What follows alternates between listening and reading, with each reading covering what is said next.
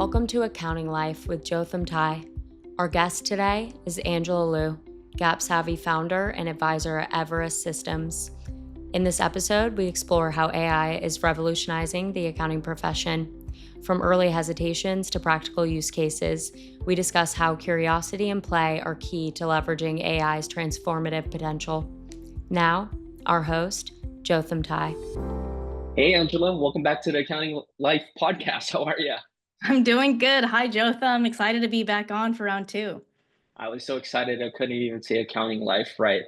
Stumbled there, but I'm excited for today's chat. Not only because I get to hear about your perspectives on AI, and I know you and I have known each other for many years. We won't share how many years, but I don't think we've actually spoken a lot about AI. So really interested in hearing your take. One, just general sentiments on AI in the profession. But two, for this episode, we want to laser in on some of the events that are out there that help accounting leaders like us get up to speed on AI.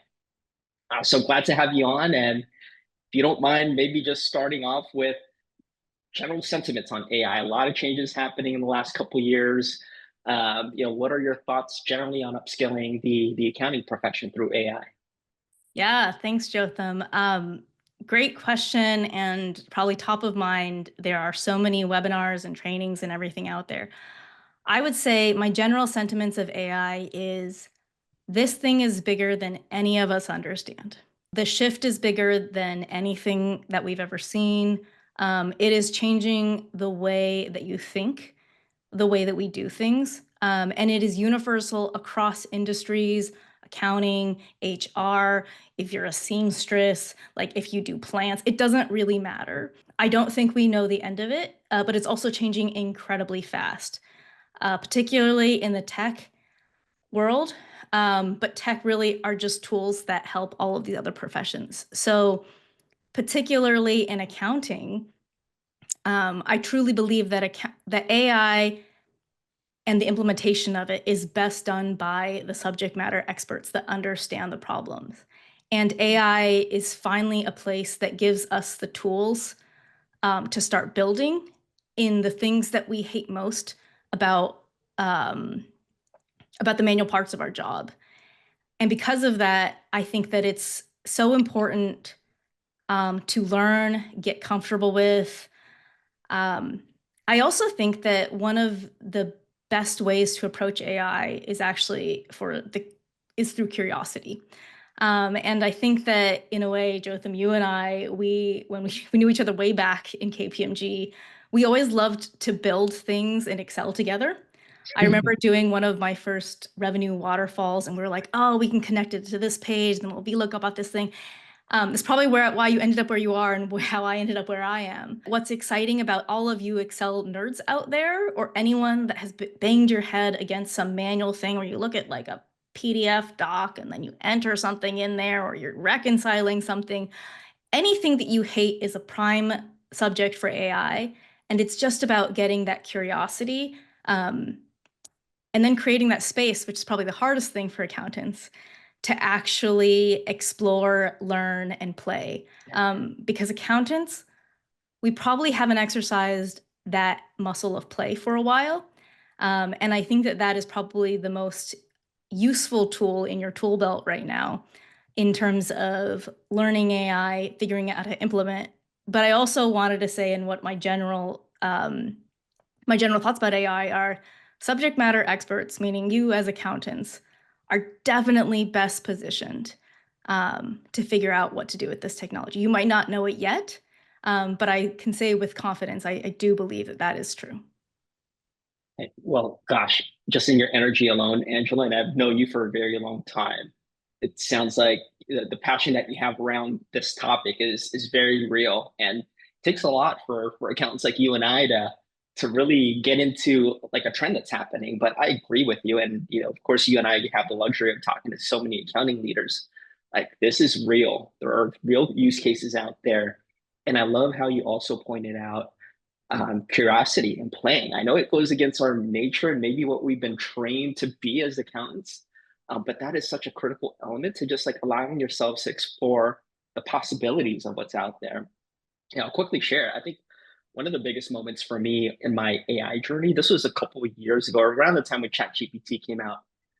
Ben Fried, the former CIO of Google, is actually one of our investors through Rally Ventures. But he was like, Jotham, like, don't try to overthink or overplan this. Just pick up ChatGPT or something and play around with it. Like, develop that curiosity and just let it grow. And sure enough, when I started tinkering around with what it can do, at first it was like find me a moly place here and there. But now I've got sessions in Gemini around like strategy and personnel strategy, landscape strategy. It just kind of builds. So I love that advice, and I think, yeah, I don't know how you like operationalize or action that, but I think hopefully for our audience right now, if there's one big takeaway, like develop that curiosity around AI. There's a lot of unknowns and new information to learn, but I think that's a key step, right? Absolutely. The key step is the play. And there's so many resources now. I think that I know we're going to talk about the accounting specific ones, but because I've kind of broadened my aperture of what exactly I'm doing in life as an accountant, as you have, I've joined a lot of different communities. Like I've joined Women Defining AI community, lots of diverse perspectives, lots of diverse industries. Again, I recognize that I have the ability to have some more time than a traditional accountant because of the profession and path that I've picked. But it is so amazing to learn from other people outside of the space. I'm also part of the AI Finance Club. I'm part of, and of course, I've gone down the YouTube rabbit hole of learning all of these different things because there's so many videos out there. But it is that I love what you said about sparking that curiosity and letting yourself go down some rabbit holes, because the first idea you have is definitely not going to be your best one. The second one won't either. It's learning how to iterate, which comes with play. That has been so much fun for me. I also have a Gaapsavvy research buddy that compares all 4 guides and then pulls out page numbers. Then I've got like my career coach of like when I ask it all my personal questions. And it's been so fun, especially since these AI companies have been iterating so quickly. So, when OpenAI released ChatGPT Teams, it was the first one that I didn't have to go through an API. So I can have a private space to be able to ask questions. And then I got really personal.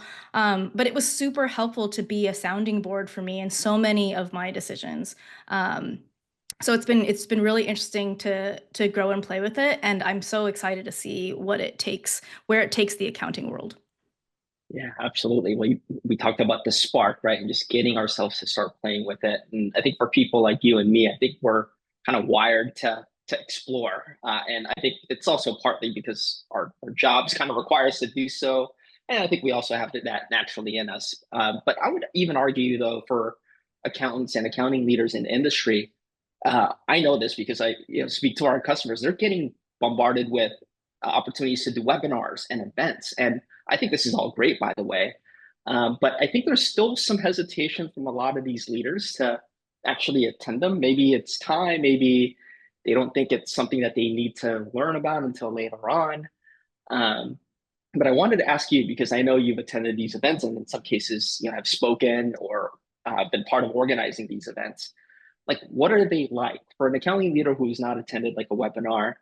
Like, for me, I enjoy just like learning new information and being amongst fellow accounting peers. But how would you describe that experience of like going to a live event to learn about AI? Yeah.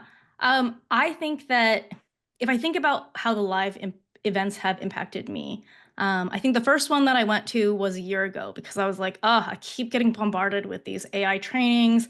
I got to go to at least one. So I said this one was an all-day one. I think it was in a Clarity event in last September. And I was like, it's got a whole bunch of speakers of people that I recognize. This will be fun. And I went. And I do think that by going to that particular event, it opened a spark that I didn't even know I needed this, but it gave me permission to play. The time that you spend to go to these things, you might not get all of your answers, but you'll be surrounded by people who want to understand what's going on in this space in whatever caliber the industry is at any given moment. So you might not get your lightning rod use case and the specifics of how you're going to implement, but you might have something in your head that says, 4 months later or 1 year later, oh yeah, I heard about that thing. I met this person and they were thinking about implementing it. I'm going to reach out to them. Also, there are a lot of webinars and you don't get to talk to people as much in the non-in-person events. In those ones, I would say, to be totally honest, some of them are kind of useless. That's my honest opinion, because I really don't like the ultra conceptual ones, because I'm like, oh, cool, AI is going to be changing our lives. Sorry, and I realize I just said that in the in the first opening thing. But I want to know how it's going to change my life. I want to know, I want to see what people are actually doing. I don't want to just hear about the flux analysis. I want you to show me. I don't want to talk about how forecasting is going to be different. I want you to show me. Because I think that there is some extent of learning about the base technology that makes you more dangerous in the world of what exactly you can do with the technology and what can be done with AI versus is not as good with AI. So for example, well, everyone loved the math example, how AI was not that good at doing math. It's kind of good now because it just turns it into a Python script and that does the math and that's way more reliable. So it even iterates and changes. So I would say you're getting bombarded with events. I would say don't go to all of them. You will get overwhelmed, and I absolutely have gotten overwhelmed. But pick a couple and maybe throw on 1 or 2 a quarter, or maybe even just 1 a quarter. And that's okay. I think that by you doing that, you probably stay up to date in a way that you might not totally understand is happening. But you will meet people, you will be a part of a community, and then you'll absolutely know more coming out of it. But absolutely don't overwhelm yourself. This technology is changing, I would say, every 2 to 4 weeks. And that's okay. It's a good and a bad thing, right? In a way, if you thought you were behind a year ago, you can probably catch up right now and it'd be different anyways. Yeah, absolutely. Well, and I actually want to connect that point with something you mentioned earlier. I think creating a safe space for accounts to feel comfortable that they are going into a live event where people around them and their peers around them are also kind of learning for the same time. I think it's one of the bigger benefits, like getting permission to learn more and play and not being shy about it. And I did talk to an accounting leader lately who is very hesitant about attending events because he is afraid that he's fallen way behind.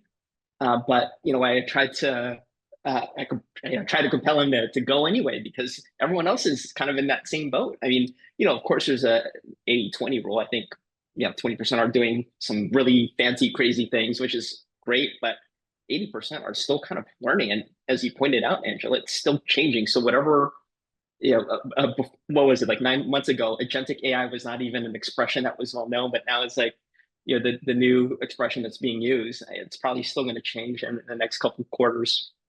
But yeah, long story short, I think just going to a live event and experiencing and kind of seeing for yourself that everyone else is kind of in that same stage as you, I think is one of the bigger benefits. It's not so much coming away with a to-do checklist of what you should do next, but giving yourself in that first event the permission to learn and explore, I think would be a huge win for anyone that hasn't attended these yet. Absolutely. I'm so glad you hit on the am I behind thing. I think that you'll always, like, in the grand scheme of things, none of us are AI experts in the way that maybe in the developer world you would call an AI expert or a statistician or someone in academia. We're just not there. But there's humility in knowing there's a universe of stuff that we all don't know, and that's okay because that's what it means to be human. I don't think anybody is behind. I think your ability to catch up is very quote unquote easy. It's just creating the space for yourself. So I would also say be a little selfish and ask for it, because I actually don't know if what particular event would be the most useful, and you can optimize forever. Just pick something to go to. You mentioned safe spaces. Within Gaapsavvy, I feel like that is one of the most important values that I've tried to cultivate in that community, which is it's actually more valuable to know what people don't know. Mm-hmm. Because from that place, you can decide this is how I'm going to create the answer. And going to these conferences even a year ago, I was like, wow, nobody's an expert. That's so cool. That means I can watch two more YouTube videos than anyone else, and I'll be an expert. And that kind of is true because that then sends you on the next wave. And because this ocean is so vast of how much you can learn, you can really get quite a bit out of any given event. I also think that, within our AI universe in accounting, we're still very confined to just a couple vendors and just a couple models. There's a vast world of all of that and all of it that works underneath it that I think that there could be some quick trainings on. But I think first, that safe space to learn is the most powerful tool in going to these events, and really a gift to yourself. That actually applies not only to technology and AI and software, but even to accounting guidance as well, right? So I think what's beautiful about our profession is there's always an opportunity to learn new things that are going to come up, and you can never really fall behind permanently, right? You just have to lean in and get yourself up to speed. So for me, maybe I'll take that advice and motivate myself to catch up with 606, because as you remember from, I don't know if I should actually share this. I will anyway.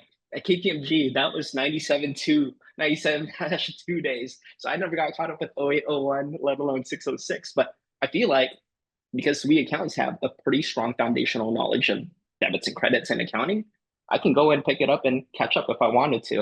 And it's the same with AI, right? So maybe there are a couple evolutions that have happened in the last year, but there's no reason, especially with the resources available, to get back up to speed on where things are. And I think it's just that safe space and finding time too. I think there's a practical aspect too. Like we're so bogged down with one month end close to another, and then special projects in between.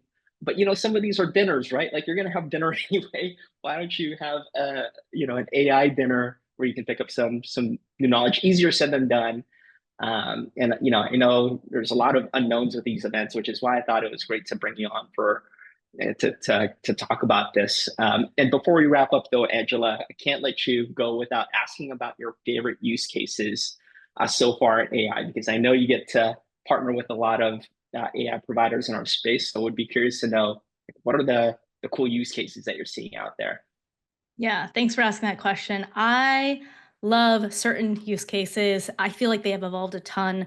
Initially, I feel like people were really looking at this like forecasting, bad debt reserve, flux analysis, which are amazing use cases, and I'm so glad that they are starting to get implemented. Where I really love the world is going is, of course, there's research and stuff, which I obviously have played with as well, because it's really easy to research and write. But it is amazing how good AI is with numbers in many ways. So little annoying things like cleaning up a CSV file to get it to upload, reconciling and mapping, um, data cleaning, coding, like coding departments, for example, on a JE upload from a bank rec.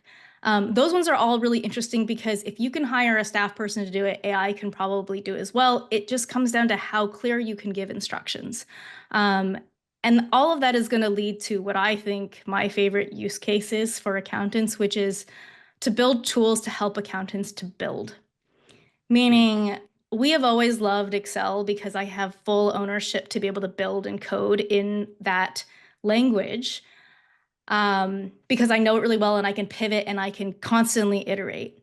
Use that same brain. And what I am most excited about is the use case for accountants to build whatever they need in that space between. So if you're working with a software vendor and they haven't finished that feature and it's on the roadmap for another year, but you need to close the books, learn how to build it yourself. So tools like OpenAI's GPTs, in Anthropic, they've got projects. I've dabbled in make.com, which is where you can build workflows between your different apps like Slack and your calendar and your email and writing documents and posts and LinkedIn. All of that is within your fingertips. So what I'm most excited about is how this new technology enables accountants to build in a very similar way that they would have done in Excel. But now with this introduction of the concept of agents or Anthropic's computer use, you can actually go beyond one specific app and you can live in that world between the apps, which is where most of us live our manual lives. So I'm gonna have to ask this question, and I'm not gonna mention the company that we were at, but could we do we have the tools now to automate return authorizations and credit memos in the way that we experienced it in that one company way back? Oh my goodness. I I I think we're I getting think we really can. close. Because so in reference, when we were working at the company that will not be named, I think Jotham had built some like 36-step checklist. This was in NetSuite, and it was how do you do the return auth? We were trying to cut off the tail of the waterfall. If you know, I know that you know what I'm talking about.